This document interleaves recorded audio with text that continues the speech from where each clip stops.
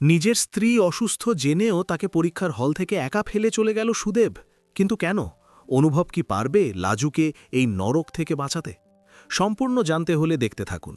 গল্পের শুরুতেই দেখা যায় অনুভবকে প্রিন্সিপাল ম্যাডাম অনেক কথা শোনাতে থাকে আর বলে, আপনি তো লোকাল গার্জেন, সেই জন্যই আপনাকে ডেকে এই কথাগুলো বলতে বাধ্য হচ্ছি।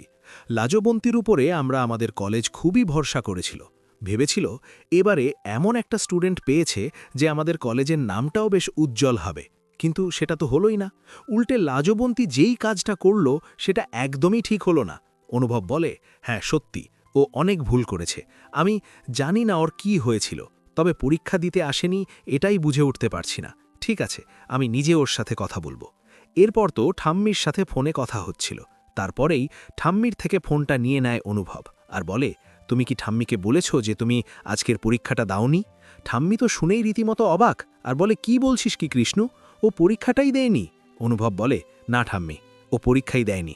এরপর লাজুকে বলে, তুমি কেন পরীক্ষা দিলে না? আর কলেজের রেজিস্টারে লোকাল গার্জেনের জায়গায় আমার নাম আর নাম্বারটা ছিল। তুমি জানো প্রিন্সিপাল ম্যাডাম আমাকে ডেকে কতগুলো কথা শোনালেন? শুধুমাত্র তোমার জন্য আমাকে এতগুলো কথা শুনতে হয়েছিল। কেন? কিসের জন্য আমাকে শুনতে হবে? কেন তুমি এত বড় একটা কাজ করলে? কি হয়েছিল তোমার? এরপর লাজু বলে, তুমি শুধু আমাকে বকেই যাও, আমার কোনো কথা তোমাকে শুনতে হবে না। এই বলেই ফোনটা কেটে দেয় লাজু। তখনই ঠাম্মি বলে, কৃষ্ণ, তুই ওর সাথে এরকমভাবে ব্যবহার করে ভুল কাজ করলি। এমনিতেই মেয়েটা খুব চাপা, হয়তো সবটা স্বীকারও করল না, ভয় পেয়ে পুরো ফোনটাই কেটে দিল। ও নিশ্চয়ই কোনো বিপদে পড়েছিল, না হলেও পরীক্ষা দেবে না। ও সেরকম মেয়েই নয়। মনে হচ্ছে কিছু একটা গণ্ডগোল হয়েছে। ও তো আবার এটাও বলছিল, যদিও কলেজে আসা শুরু করে তবেও এই বাড়িতে থেকে আর পড়বে না। ওর নিজের রাস্তা এবারে নিজেই খুঁজে নেবে। কোথাও একটা ভুল হয়েছে রে কৃষ্ণ। আমি তোকে বলছি, লাজু এমনি এমনি পরীক্ষা দেয়নি, হয়তো কোনো একটা কারণ ছিল। আর এই কথাটাই অনুভবের মাথার মধ্যে ঢুকে গেছে। অনুভব ভাবে, কি হয়েছে যে লাজু পরীক্ষাটা দিল না? তার কারণটা কি হতে পারে? নিশ্চয়ই ওই সুদেব। সুদেব হয়তো কিছু করেছে, বা ওর বাড়ির লোকজন। এরপরেই রাত হতেই আবারও ফোন করেছে লাজুকে আর জিজ্ঞেস করে, তুমি সত্যি করে বলো, ঠিক কি হয়েছে? কেন তুমি পরীক্ষাটা দিলে না? তখন লাজু বলে, তার পিছনে নিশ্চয়ই কোনো একটা কারণ ছিল। এমনি এমনি তো আর কেউ পরীক্ষা দেয় না।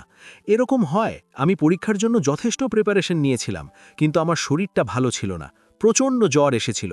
আমি বিছানা ছেড়ে উঠতে পারিনি। তোমাকে ফোন করে জানাবো ভেবেছিলাম, কিন্তু তুমি তোমার ফোনটা খোলাই রাখোনি। তুমি হয়তো আমার ফোনটাকে, আমার নাম্বারটাকে ব্লক করে দিয়েছিলে, তাই তোমাকে সবটা জানাতে পারিনি। অনুভব বলে, ঠিক আছে, তুমি পরীক্ষাটা দিতে আসতে পারবে না, কিন্তু তুমি তো এটা জানাতে পারতে। তোমাদের বাড়িতে এত লোকজন আছে, তাদের কাউকে দিয়ে অন্তত একটা কিছু পাঠিয়ে দিতে, যাতে প্রিন্সিপাল ম্যাডামের কাছে পৌঁছায়। লাজু তখন বলে, আমি অনেক রকমভাবেই চেষ্টা করেছিলাম, কিন্তু কিছুই করে উঠতে পারিনি। দোষটা তো আমারই, আমি হচ্ছি এই দোষের অধিকারী। কি করব বল? আমার হাতে যদি কোনো উপায় থাকতো তাহলে অবশ্যই সেটা করতাম। তখন অনুভব বলে, লাজু, তুমি আর নিজের মধ্যে কথা চেপে রেখো না। তুমি নিশ্চয়ই ডাক্তার দেখিয়েছ, সেটার কোনো একটা কিছু আমাকে পাঠাও, আমি দেখছি কি করা যায়। আমি চেষ্টা করব যাতে ম্যাডাম তোমার পরীক্ষাটা আরেকবার নেয়। এরপরেই ডাক্তারের সেই সমস্ত কিছু ছিল সবটাই পাঠিয়ে দেয় অনুভবকে, আর অনুভব সেগুলো নিয়ে চলে গেছে ম্যাডামের কাছে। ম্যাডাম তখন বলে, বুঝতে পারছি যে ওর অবস্থা খুবই খারাপ ছিল। অনুভব বলে, দেখুন ম্যাডাম, 103 জ্বর ছিল, ও কি করে বা এসে পরীক্ষাটা দিত? প্রিন্সিপাল ম্যাডাম বলে, অবশ্যই ঠিক, আপনি যে কথাটা বলছেন সেটা আমরা অস্বীকার করছি না, কিন্তু লাজুর হাজব্যান্ডকে এই জায়গাটাতে একটা বড় ভূমিকা পালন করতে হতো। মানছি লাজুর হাজব্যান্ড অনেক বেশি সাপোর্টিভ, কিন্তু এই জায়গাটাতে তো কিছুই করতে পারল না। লাজুর যে এত বড় শরীর খারাপ, একবার কলেজে এসে সেটা জানাতে হতো, আমাদেরকে একটা ডকুমেন্টস জমা দিতে হতো। আমি আমাদের যে টিচাররা আছে তাদের সবার সাথে একবার কথা বলে দেখছি কতদূর কি করতে পারি। জানি না কি করতে পারবো, তবে আমি 100% চেষ্টা করব। এরপরে অনুভব বলে, প্লিজ ম্যাডাম, আপনিই পারবেন সবকিছু ঠিক করতে, তাই একবার যদি চেষ্টা করে দেখেন, সবটাই হয়তো আপনি ঠিক করে দিতে পারবেন। এরপরেই ম্যাডাম চেষ্টা করে দেখছে আরেকবার লাজুকে সুযোগ দেওয়া যায় কিনা। অন্যদিকে লাজু এখন আগের থেকে অনেকটাই বেটার, তাই সন্ধেবেলায় বাড়ির উঠোনে এসে বসেছে আর গল্প করতে থাকে। তখনই লাজুকে দেখা যায় বড় যা বলে, আচ্ছা ছোট বউ, তোমার শরীর তো খুব একটা ভালো না, তুমি আবার এখানে উঠে আসতে গেলে কেন বলো তো? যাও গিয়ে বিশ্রাম নাও। লাজু বলে, দিদি, আমি এখন একটু ঠিক আছি। আমার জন্য তোমার আর দীপা দিদির অনেক কষ্ট হয়েছে, আমার কাজটাও তোমাদেরকে করতে হয়েছে। বড় যা বলে, তাতে কি হয়েছে? তুমি যখন ডাক্তার হয়ে এখানে ফিরে আসবে তখন আমাদের এই সমস্ত কষ্ট দূর হয়ে যাবে। তুমি একদম আমাদেরকে নিয়ে ভেবো না, বুঝলে? লাজু বলে, যতই বলো না কেন, তোমাদের কষ্টটা আমার খুবই খারাপ লাগছে। এরপর লাজুর দেখা যায় ভাসুর বলে, তুমি চিন্তা করো না ছোট বউ, আমরা আছি তো, আমরা সবটা সামলে নেব। এরপরেই ফোন করেছে অনুভব আর বলে, শোনো লাজু, আমি অনেক চেষ্টা করেছি, প্রিন্সিপাল ম্যাডামকে বুঝিয়েছি, হয়তো তোমার জন্য আরেকটা সুযোগ করে দেবে, আর আমি তোমাকে ওখান থেকে গিয়ে নিয়ে আসব। লাজু বলে, না, আমাকে নিয়ে আসতে হবে না, আমার শরীরটা এখন অনেকটাই ঠিক আছে, আমি যাব, আমি যেতে পারবো ট্রেনে করে। তখনই অনুভব বলে, তুমি সত্যি বলছো তুমি পারবে? না হলে কিন্তু আমি যাব, আমি কারোর ভয় পাই না লাজু, তোমার শরীর ঠিক থাকে, তুমি যাতে পরীক্ষাটা দিতে পারো, আমি সেই চেষ্টা সব সময় করতে রাজি আছি, তাতে আমাকে কে কি বলল কি না বলল আমার কিছুই আসে যায় না। কিন্তু লাজু বলে সে যেতে পারবে, তার কোনো অসুবিধে হবে না। এরপরে অনুভব বলে, ঠিক আছে, তুমি এখন বিশ্রাম নাও। এরপর ফোনটা কেটে দেয়। বড়জা জিজ্ঞেস করে, কি হয়েছে লাজু? লাজু বলে, আসলে ওই খিটকেল ফোন করেছিল, বলল পরীক্ষাটা আমি দিতে পারবো, ম্যাডামকে রাজি করানো গেছে। বড়জা বলে, বাহ, এটা তো খুব ভালো খবর, তুমি পরীক্ষা দিতে পারবে না শুনে তোমার মন তো খুবই খারাপ হয়ে গিয়েছিল, আমি তো দেখেছি। এরপরেই অনুভব তার ঠাম্মির সাথে কথা বলতে থাকে আর বলে, ঠাম্মি, লাজুর ওই বাড়িতে থাকাটা একদমই সেফ না, ও কোনোদিনও না বেশি কিছু করতে পারবে না ওই বাড়িতে থাকলে, ওকে ওই বাড়ি থেকে বার করে আনতে হবে, যেভাবেই হোক না কেন। ঠাম্মি তখন বলে, কিন্তু কৃষ্ণু, ও তো ওই বাড়ির বউ, ওকে তুই কি করে বাইরে বার করে নিয়ে আসবি বলতো? অনুভব বলে, জানি না, তবে এই কাজটা আমাকে করতেই হবে। এরপরেই কমলা আর সুদেব এসেছে। কমলা বলে, এই তো একদম ঠিক হয়ে গেছে, তাহলে কাজগুলো শুরু করে দাও, আর বসে দেখেই বা কী লাভ? লাজুর বড়জা বলে, মা, ও সত্যি অসুস্থ, সকালবেলায় পড়েও গিয়েছিল, এখন একটু শরীরটা ভালো হয়েছে, তাই এখানে রয়েছে, ওকে কাজ করতে বলবে না, ওর যা যা কাজ আছে আমি করে দিচ্ছি। কমলা বলে, এ মেয়েকে না আমার কোনো ভরসা নেই, এ আবারও কোনো ছলচাতুরি করতে পারে, বলা যায় না, নিজের জ্বরটা হয়তো নিজেই বাঁধিয়ে বসেছে, এ মেয়েকে বিশ্বাস করা যায় না। তখন লাজু বলে, আমি পরীক্ষাটা দিতে যাব, পরীক্ষা দেওয়ার আরেকটা সুযোগ পেয়েছি। তখন কমলা বলে, দেখ সুদেব, দেখ, ঘরের কাজ করবে না, আর এখন বলছে পরীক্ষাটা দিতে যাবে। এরপর লাজু যথারীতি তৈরি হয়েছে পরীক্ষাটা দিতে যাবে বলে। সুদেব বলে, লাজু, তুই পরীক্ষা দিতে এসছিস, খুব ভালো কথা, আমি 2 ঘন্টা অপেক্ষা করব, তার মধ্যে তুই চলে আসবি, না হলে কিন্তু আমি চলে যাব। যথারীতি 2 ঘন্টার পরেও লাজু আসেনি, তাই সুদেব চলে যায়। আর এরপরে লাজুর অবস্থা আরও বেশি খারাপ হতে থাকে। লাজু রীতিমতো পড়ে যায়, আর তখনই ম্যাডাম এসে লাজুকে ধরে। অনুভব চলে এসেছে।